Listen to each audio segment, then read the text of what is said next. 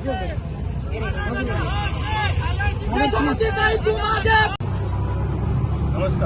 मी श्रवणीत दिवाकरराव राऊत, मोर्शीवरून विधानसभा प्रमुख।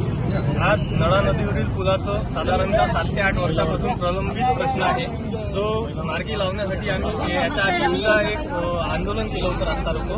त्यानंतर आता दुसरं आंदोलन आज मोर्शी विधानसभा काँग्रेस कमिटी तसेच तालुका काँग्रेस कमिटीच्या माध्यमातून सन्माननीय ॲडव्होकेट आशुमतीताई यांच्या मार्गदर्शनात तसेच प्रमुख उपस्थितीत आज बबलूभाऊ देशमुख यांच्या मार्गदर्शनात आणि खासदार साहेब काँग्रेस कमिटीचे जिल्हा कमिटी यांच्या मार्गदर्शनात आज आंदोलन ठरवलं होतं। आज आम्ही भिंतीवर बसलो होतो, युवा वर्ग तसेच काँग्रेस कमिटीतील मित्र सुभाषभाऊ तुसाम। आज त्याच्यानंतर ताई आमच्या सोबत खांद्याला खांद्या लावून इथे उभ्या राहिल्या व रास्ता रोको सुद्धा केला व प्रशासन मैदानावर उतरलो। त्यांनी 17 तारीख आम्हाला दिली आहे की 17 तारखेपर्यंत आम्ही काम सुरू करतो। कदाचित प्रशासनाने 17 तारखेला काम नाही सुरू केले तर आम्ही ताईच्या मार्गदर्शनातच इथे रास्ता रोको नक्कीच करू, एवढं ठामपणे सांगतो। धन्यवाद।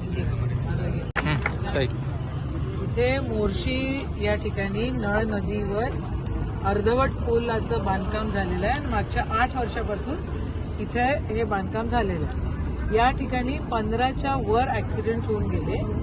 मला कल्पना नव्हती, पण हे पोरं सगळे अतिशय तत्पर आहे। शिवसेनेत आमचा मोर्शी विधानसभेचा अध्यक्ष म्हणून या ठिकाणी काम करतो आणि त्यांनी भरपूर निवेदनं दिले, काँग्रेस कमिटीने दिले सगळे। आता इथे सालबर्डीला जायला सगळ्यांना या पुलाचा उपयोग घ्यावाच लागतो, पण शासनाची हलगर्जीपणा आणि एका पुलाला जर एका मोर्शी सारख्या आणि सालबर्डी सारख्या देवस्थानाला जायला जर 8-8 वर्ष पुलासाठी लागत असतील आणि इथे जर एवढे ऍक्सिडेंट होत असतील तर मग याची जबाबदारी तर सरकारची आहे। या पोरांनी आज आंदोलन केलं म्हणून काल त्यांनी म्हटलं होतं की आम्ही 17 तारखेला आंदोलन करणार, म्हणून काल 16 तारखेला त्यांनी लेटर ऑफ एक्सेप्टन्स या ठिकाणी दिला आणि आता त्यांनी 1 महिन्याचा वेळ मागितलेला आहे।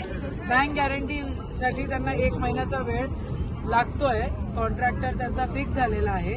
आमची सर्वांची एकच मागणी आहे की सालबर्डीला जाताना जनसामान्यांना त्रास होता कामा नये। श्रीनीत आणि श्रीनीतच्या नेतृत्वामध्ये आज या ठिकाणी काँग्रेस कमिटीने आंदोलन केलं, त्याचं खरोखर कौतुक केलं पाहिजे। सगळ्यांनी इथं साथ दिली आणि आम्हाला 17/4 ही तारीख दिलेली आहे लिहून। जर 17/4च्या आधी जर काम सुरू झालं नाही तर आम्ही 18 तारखेला परत याच ठिकाणी आंदोलन करू, असं आज सगळ्या आंदोलनकर्त्यांच्या मार्फत आम्ही या ठिकाणी बोलतोय।